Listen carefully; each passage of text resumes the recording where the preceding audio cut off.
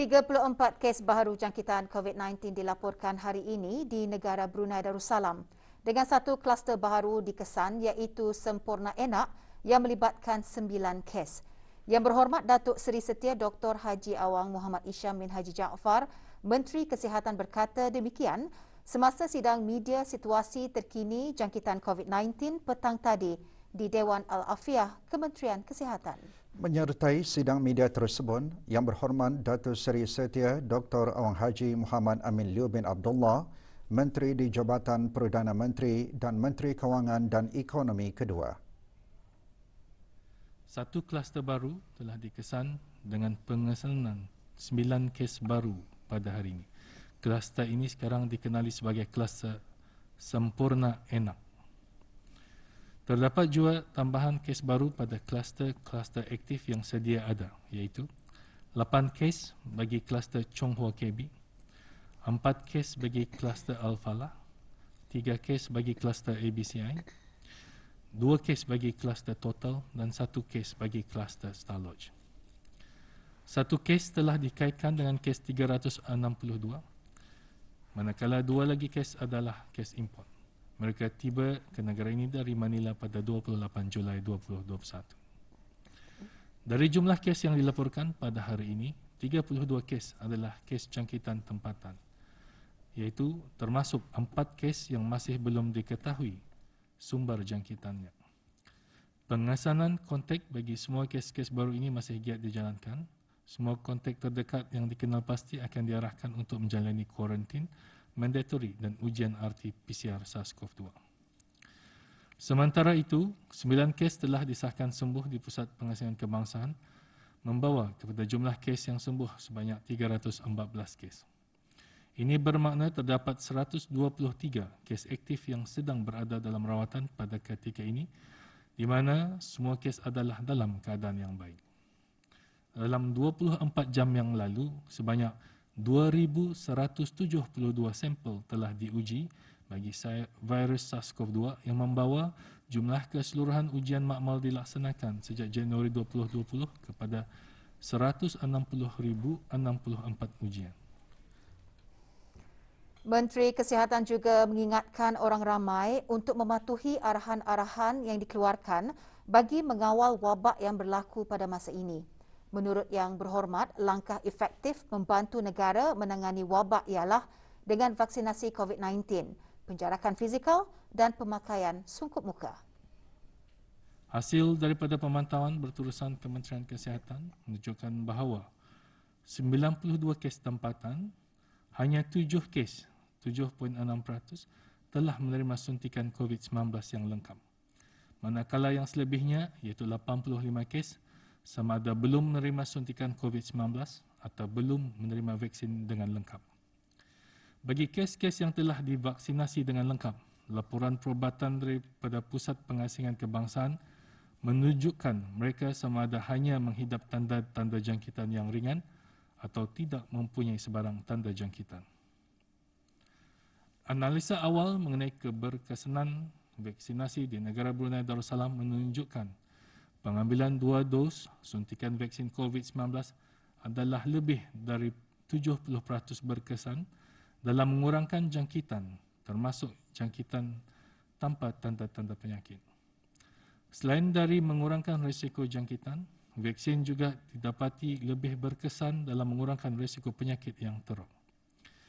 Kajian-kajian di United Kingdom dan Canada menunjukkan 2 dos vaksinasi COVID-19 adalah lebih dari 90% berkesan dalam mencegah penyakit yang teruk, termasuk jangkitan varian Delta. Mengambil kira dapatan-dapatan ini adalah lebih mustahak bagi semua orang yang layak menerima suntikan COVID-19 untuk mendapatkan suntikan tersebut bagi melindungi diri sendiri dan keluarga masing-masing, terutamanya warga emas berumur 60 tahun ke atas dan mereka yang menghidap penyakit kronik. Setiap kementerian atau organisasi dikehendaki untuk mengaktifkan protokol Business Continuity Plan dengan segera ketika menjelaskan perincian tugas secara work from home menurut Menteri di Jabatan Perdana Menteri dan Menteri Kewangan dan Ekonomi kedua Semua pegawai dan kaki tangan yang dibolehkan menjalankan tugas secara work from home dimastikan bertugas dari rumah dan hanya pekerja mustahak diaturkan untuk bertugas di pejabat. Pengaktifan Business Continuity Plan hendaklah dilaksanakan tanpa menjejaskan fungsi dan perkhidmatan teras dalam organisasi masing-masing. Sebagai contoh, sebuah organisasi atau jabatan yang mempunyai 100 orang tenaga kerja telah mengenal pasti seramai 20 orang adalah pekerja mustahak yang hanya dapat melaksanakan tugas secara on-site, iaitu work from office. Manakala seramai 80 orang dikenal pasti boleh melaksanakan kerja-kerja secara remote, iaitu di tempat tinggal. Dalam senarai ini, kumpulan tenaga kerja work from office seterusnya hendaklah dibahagikan kepada 2 kumpulan yang mana akan menjalankan tugas di tempat atau bangunan berasingan tanpa berkomunikasi secara fizikal di antara kedua buah kumpulan, iaitu kumpulan A bertugas di tempat atau bangunan A dan kumpulan B bertugas di tempat atau bangunan B. Contoh kedua, iaitu di mana bilangan pekerja mustahak adalah sangat ramai. Maka kumpulan tenaga kerja work from office hendaklah dibahagikan kepada 3 atau 4 kumpulan seumpamanya dan menjalankan kerja-kerja di 3 atau 4 tempat-tempat berasingan tanpa berkomunikasi secara fizikal. Sebagai alternatif, kumpulan-kumpulan tersebut juga boleh dikehendaki untuk menjalankan kerja di bangunan pejabat secara bergilir mengikut jadual yang ditetapkan. Jadual giliran hendaklah ditetapkan oleh ketua jabatan masing-masing. Pekerja mustahak hendaklah dikenal pasti oleh setiap ketua unit berdasarkan tugas dan tanggungjawab mereka dan perlulah dihadapkan untuk kebenaran ketua jabatan atau organisasi masing-masing bagi mereka diaturkan untuk bekerja dari pejabat. Setiap ketua jabatan atau organisasi adalah bertanggungjawab ke atas deliverables yang dikehendaki daripada pasukan-pasukan sepanjang tempoh work from home. Langkah-langkah akan diambil untuk memastikan fungsi dan penyampaian perkhidmatan tidak terganggu. Menteri di Jabatan Perdana Menteri dan Menteri Kewangan dan Ekonomi kedua juga menjelaskan Business Continuity Plan kementerian atau organisasi perlu dikemaskinikan mengikut kesesuaian berdasarkan peraturan-peraturan yang sedang berkuat kuasa. Standard Operating Procedures ataupun SOP hendaklah disediakan dan dilaksanakan untuk penyampaian peralatan kerja dan dokumen-dokumen rasmi yang diperlukan untuk work from home. Di mana-mana yang berkenaan, syarikat pembekal atau vendor yang membuat pengantaran ke bangunan-bangunan pejabat perlu dikenal pasti dan dihubungi oleh pasukan masing-masing bagi mengesahkan protokol Business Continuity Plan adalah serasi untuk pengantaran, pembekalan dan mencadangkan tata cara alternatif jika perlu. Pengaktifan protokol work from home adalah sah selama 2 minggu dan tertakluk kepada situasi penularan wabak COVID-19 di negara Brunei Darussalam. Kementerian atau organisasi juga perlu memaklumkan secara teliti dan jelas kepada pegawai, kaki tangan serta orang awam jika berkaitan mengenai pelaksanaan Business Continuity Plan.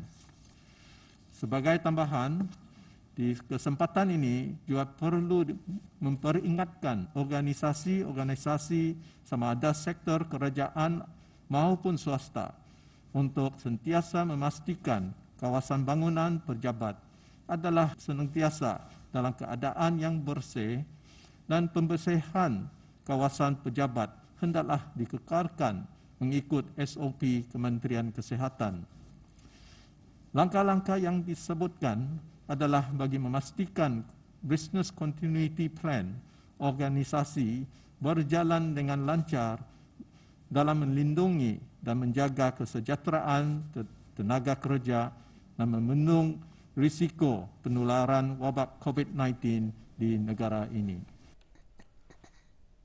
Beberapa persoalan mengenai tegahan keluar masuk daerah, tiada penjarakan sosial semasa ujian suam, kemasukan warga asing ke negara ini serta kesejahteraan ibu-ibu mengandung antara yang disentuh semasa sesi soal jawab. Datang tolong membantu untuk mengawal keadaan. Mengenai penguatkuasaan ke atas langkah-langkah pengawalan seperti tegahan keluar masuk dari daerah Red Zone, Yang Berhormat Menteri Kesihatan menasihatkan orang ramai untuk menggunakan kebijaksanaan masing-masing ketika hendak keluar rumah.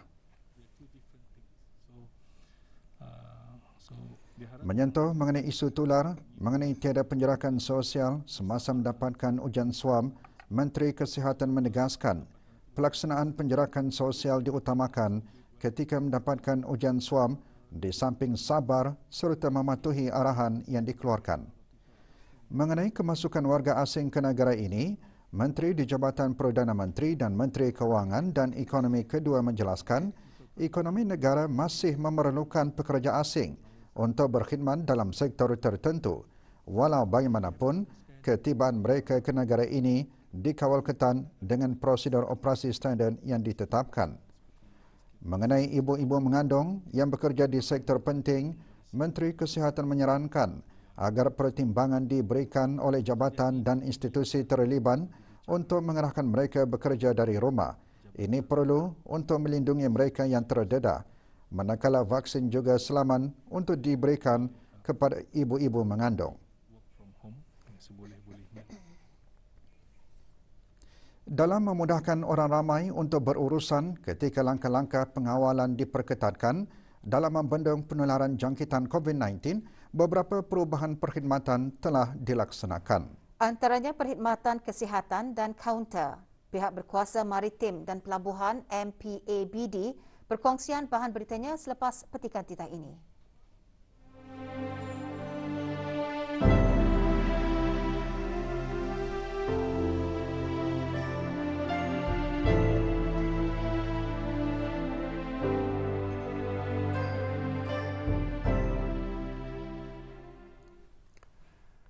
Kementerian Kesihatan melalui Jabatan Perkhidmatan Kesihatan memaklumkan beberapa perubahan pada beberapa perkhidmatan di semua pusat kesihatan bermula hari Rabu 11 Ogos 2021.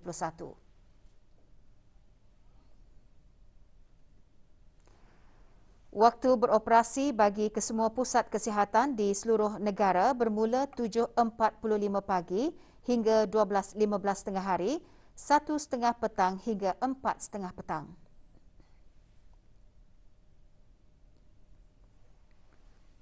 Bagi klinik flu, pesakit yang mengalami gejala demam batuk selsema untuk menghadirkan diri ke klinik flu yang ditetapkan di lokasi yang tertera.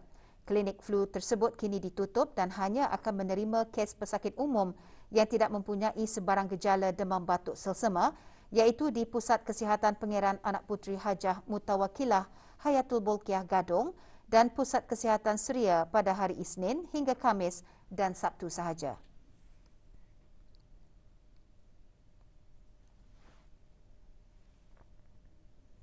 Sementara itu, sebarang perjanjian untuk menghadiri klinik penyakit kronik kini ditiadakan sehingga tarikh yang akan dimaklumkan kemudian.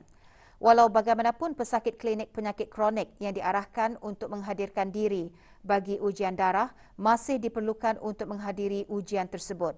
Pesakit yang terjejas akan dihubungi oleh kaki tangan pusat kesihatan masing-masing untuk urusan penyambungan ubat. Bagi klinik umum, para pesakit yang mempunyai masalah kesihatan tetapi bukannya mempunyai gejala demam, batuk dan selsema, beberapa perubahan perkhidmatan yang diberikan di pusat kesihatan seperti yang tertera. Begitu juga perkhidmatan pengambilan darah, perubahan kepada kawasan tadahan seperti tertera.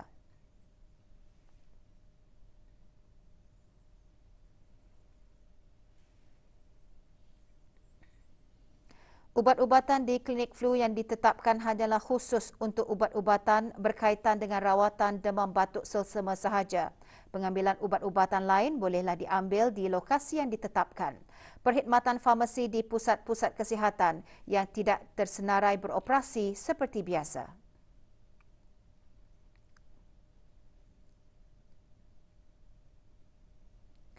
Bagi klinik ibu dan anak, pesakit yang mempunyai perjanjian di klinik kesihatan ibu dan anak, pusat kesihatan Brakas dipindahkan pusat kesihatan Ong Som Ping dan pesakit yang mempunyai perjanjian di pusat kesihatan Pengkalan Batu adalah dipindahkan ke Pusat Kesihatan Jubli Perak Sengkurung. Sesi ultrasound akan dipindahkan ke Pusat Kesihatan Jubli Emas Bunut pada setiap hari Khamis. Kesemua perjanjian klinik ujian PAPS, klinik program pemeriksaan kesihatan dan klinik berhenti merokok ditiadakan di semua pusat kesihatan sehingga tarikh yang akan dimaklumkan nanti. Dalam usaha membendung dan mengurangkan risiko penularan wabak COVID-19 di negara Brunei Darussalam, Jabatan Perdana Menteri memaklumkan penutupan sementara kaunter-kaunter perkhidmatan jabatan-jabatan di bawah Jabatan Perdana Menteri pada masa ini hingga ke satu tarikh yang akan dimaklumkan nanti. Sebarang permohonan, aduan dan pertanyaan boleh menghubungi talian-talian tertera.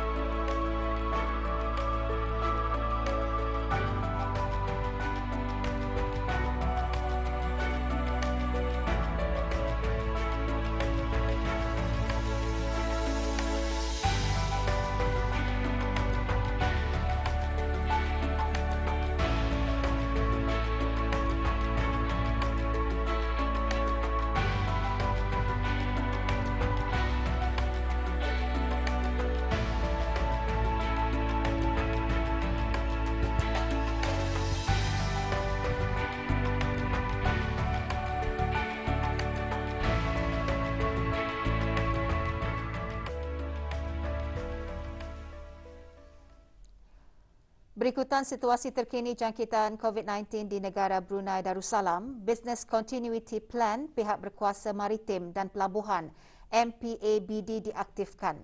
Justru warga kerja MPABD yang tidak bertugas secara bergilir akan bertugas dari kediaman masing-masing. Sementara bahagian marine, bahagian port clearance dan bahagian pengurusan trafik kapal hanya akan dibuka jika diperlukan. Manakala pejabat serta perkhidmatan kaunter MPABD akan ditutup sementara mulai Rabu 11 Ogos 2021 sehingga ke satu tarikh yang akan dimaklumkan kemudian. Sebarang permohonan, aduan dan pertanyaan hubungi melalui WhatsApp dan SMS melalui talian 8312-809 semasa waktu bekerja atau email kepada info@mpabd.gov.pn. Orang ramai bolehlah melayari dan mengikuti Instagram rasmi @mpa.brunei dan laman sesawang www.mpabd.gov.pn. Suruhanjaya Perkhidmatan Awam memaklumkan sesi temuduga dan ujian berkomputer pada hari Rabu 11 Ogos hingga Sabtu 21 Ogos 2021 ditangguhkan ke satu tarikh yang akan dimaklumkan kemudian.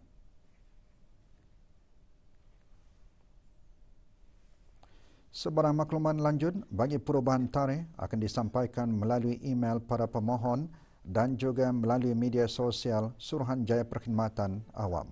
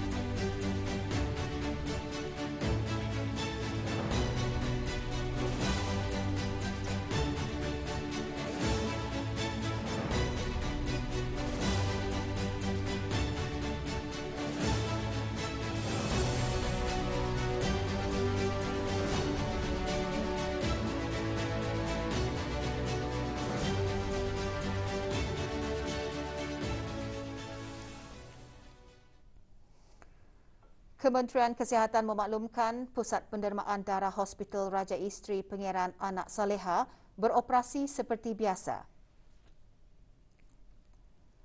Bagaimanapun, kempen derma darah yang dijadualkan sepanjang minggu ini dibatalkan. Namun, bantuan berterusan orang ramai dalam sama-sama meningkatkan stok bekalan darah sangat diharapkan.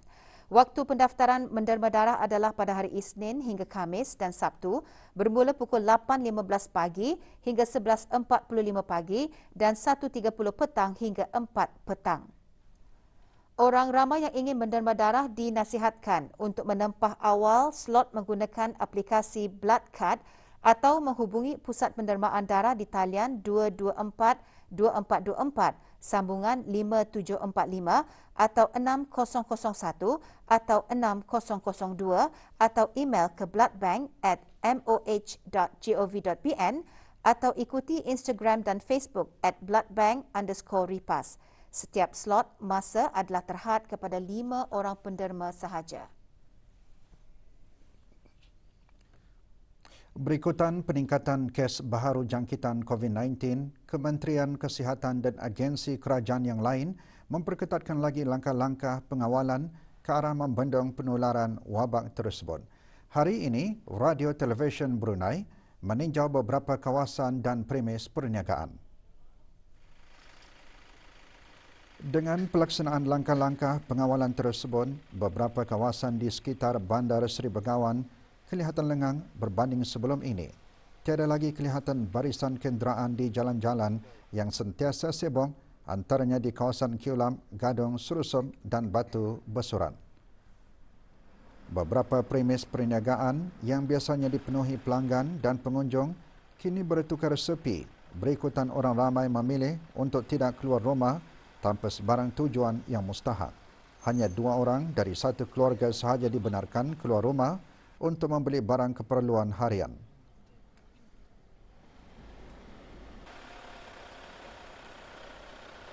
Antara langkah pengawalan yang diperketatkan lagi dengan serta-merta adalah para petugas yang benar-benar diperlukan sahaja dibenarkan keluar ke tempat kerja dan keluar rumah tanpa tujuan yang mustahak adalah tidak dibenarkan.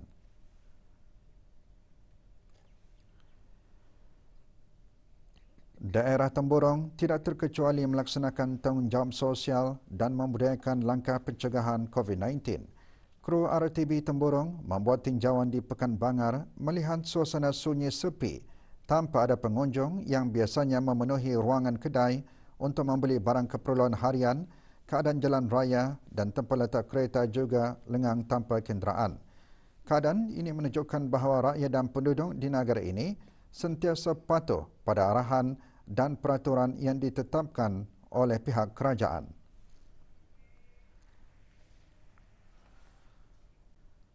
Meskipun kedatangan awal tahun hijrah tidak dapat disambut seperti lazimnya, namun umat Islam di negara ini tetap memperingati dan meraihkan hari kebesaran Islam tersebut dengan membaca doa akhir dan awal tahun di rumah masing-masing.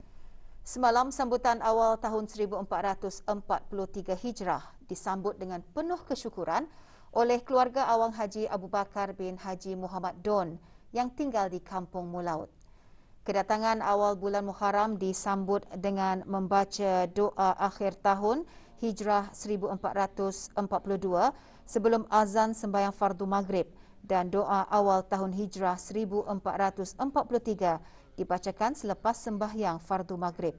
Teks doa disediakan oleh Kementerian Hal Ehwal Agama dan diedarkan secara dalam talian melalui laman sesawang rasmi kementerian berkenaan dan akaun Telegram rasmi gov.bn official. Dalam suasana perkembangan terkini jangkitan wabak COVID-19, ianya diraikan dengan mengikuti garis panduan yang ditetapkan oleh Kementerian Kesihatan. Tiada halangan untuk kita ni sama-sama menyambut kedatangan tahun baru Hijrah 1443 di rumah masing-masing bersama-sama keluarga. Ini juga adalah salah satu peluang kita ni untuk sama-sama keluarga berkumpul mengimarahkan lagi tahun baru Hijrah di rumah dengan mengadakan bacaan doa akhir tahun dan doa awal tahun. Kita ni boleh juga menyambut di rumah bersama keluarga masing-masing. Apa yang penting, kita ni haruslah menjaga SOP yang sudah kita ni ketahui. Kemahiran bukan hanya untuk mereka yang dilahirkan normal. Ini dibuktikan oleh seorang pelajar masalah pendengaran dan percakapan yang berjaya mencipta nama. PY 26 tahun mampu berbicara dan meluahkan perasaannya dengan baik melalui lukisan. Walaupun kurang pendengaran dan sukar berkomunikasi dengan orang lain, kelebihan dalam bidang seni lukis menjadikan PY berkeyakinan tinggi dan tidak menjadikan status orang kurang upaya OKU sebagai penghalang untuknya terus berkarya. Minat PY terhadap lukisan bermula sejak berumur 5 tahun ketika dia gemar melihat gambar dan pemandangan berkaitan dengan negara Jepun dan Korea. Menurut Penasihat Persatuan Orang Kurang Pendengaran Kebangsaan, kemahiran melukis PY mula diketahui ketika PY menyertai peradan melukis anjuran Unit Pendidikan Khas Kementerian Pendidikan. Saat mereka melihat lukisan PY, Datuk Sofri offer untuk ia menjadi artis residence di Jubilee Park. Semua yang di sanalah ia mulai melukis gambar-gambar ini katanya tadi.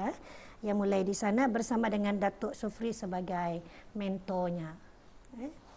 And then bukan saja ia bagus dalam ini, ia boleh membuat animation, kartun, angel, anime. Perlahan kan? N-I-M-E. Anime sebab ia suka Jepun. Dia suka Jepun dan Korea. Walaupun sudah bekerja di salah sebuah syarikat, minat PY terhadap seni lukis tidak pernah padam. Anak sulung dari 4 orang adik-beradik ini bercita-cita menjadi tenaga pengajar dalam bidang seni lukis bagi kanak-kanak yang mempunyai masalah pendengaran. Kreativiti melukis merupakan satu anugerah yang istimewa di mana tidak semua orang dapat memilikinya dan kelebihan itu tidak terkecuali pada insan istimewa.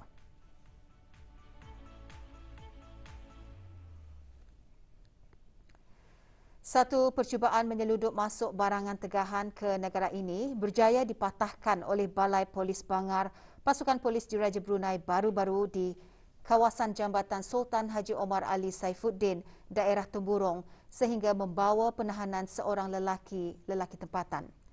Suspek berumur 33 tahun ditahan selepas didapati membawa bersamanya 4 paket rokok dan 576 tin minuman keras yang disimpan di bahagian kerusi belakang penumpang dan bonet belakang keretanya.